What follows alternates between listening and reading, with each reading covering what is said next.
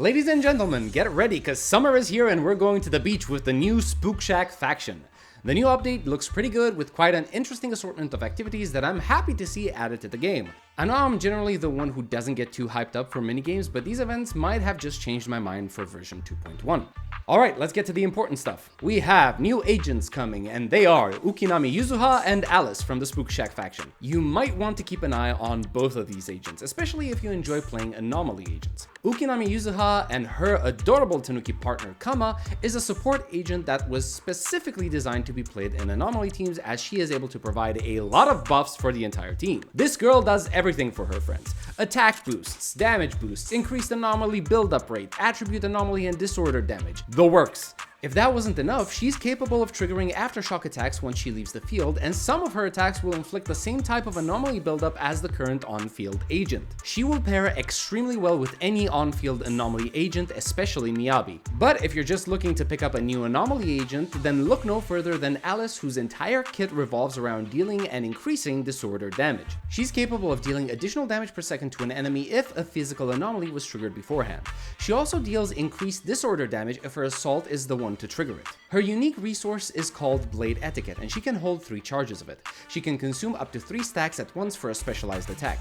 If she consumes all 3 of these charges for the special attack, she will trigger Polarized Assault, which is just a fancy way of saying she will deal 1 instance of assault damage without having to fill up the enemy's anomaly meter. She can also trigger both Polarized Assault and Disorder while she is off field. Now, if you're asking for my opinion, both characters are great to have, but if you're looking to choose only one of them, I think the best pick will be Yuzuha. She just gives way too many anomaly-specific buffs to pass up and will free up your more general use supports like Astra, Sokaku, and Lucy for non-anomaly teams. The new Bangboo, Ms. Esme, will drop 2 types of items on the ground that can be picked up, one restoring health and the other restoring skill energy, while her chain attack deals physical damage and accumulates a large amount of physical anomaly buildup. Alice and Yuzuha will also get their own short clips in the future, so keep an eye out for those story bits. The problem, however, is that these 2 character banners will also be accompanied by some very coveted reruns, those being Tsukishiro Yanagi and the one and only Queen of Damage herself, Hoshimi Miyabi. I honestly think version 2.1's banners are stacked with value, but that will put you in the precarious situation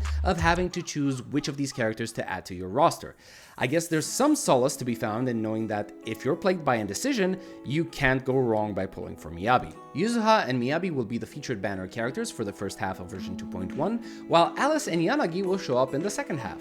These characters will not have any mercy on your polychromes, so I wish you all the best of luck. Thankfully, you have the usual free 10 pull and 10 boopons there to ease some of the strain on your stash. With this version, you'll also get to spend quality time with Yuzuha, Alice, and Yanagi. Since 2.1 will be the much coveted beach episode, we'll be getting new summer skins for Wise and Belle. Do pay attention as these skins are time limited, so make sure you complete the event before it ends, otherwise you'll have to spend real money to get them later.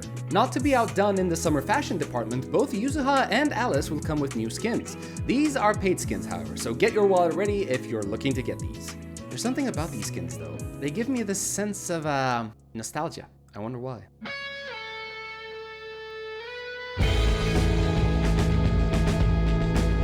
Nope, we're not going down that rabbit hole.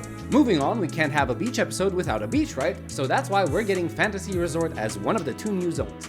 Salem Bay is the other zone, and while it'll be interesting to see, I'm 100% sure most of us will be spending our time at the resort for this update, especially with the addition of the new surfing and rail shooter game modes.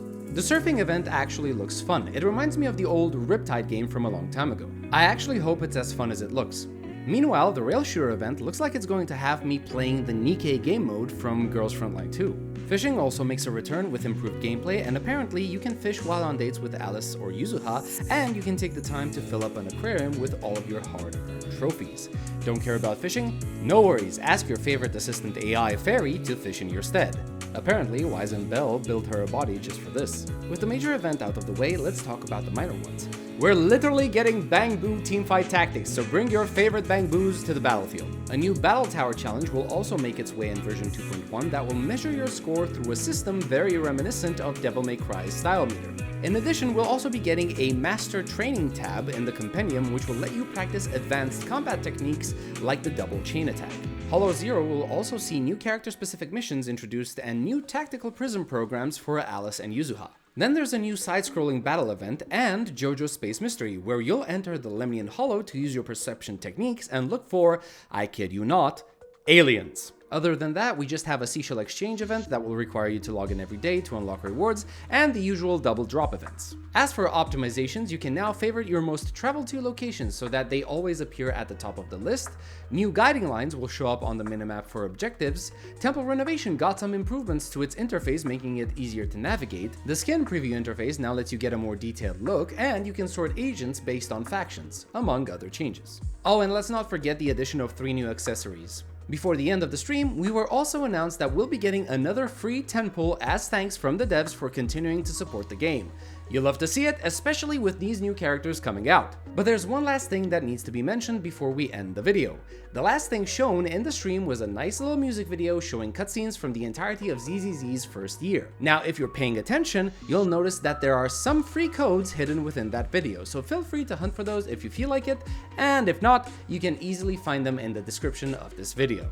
I gotcha. But that's going to be it for me. Let me know what your thoughts are on the new 2.1 update. Who are you aiming to get? Personally, I really want Alice because I like her fencer design a lot. But I know for a fact Yuzuha will bring much more value to my account. Decisions. Also, I know it's been a while since the last video.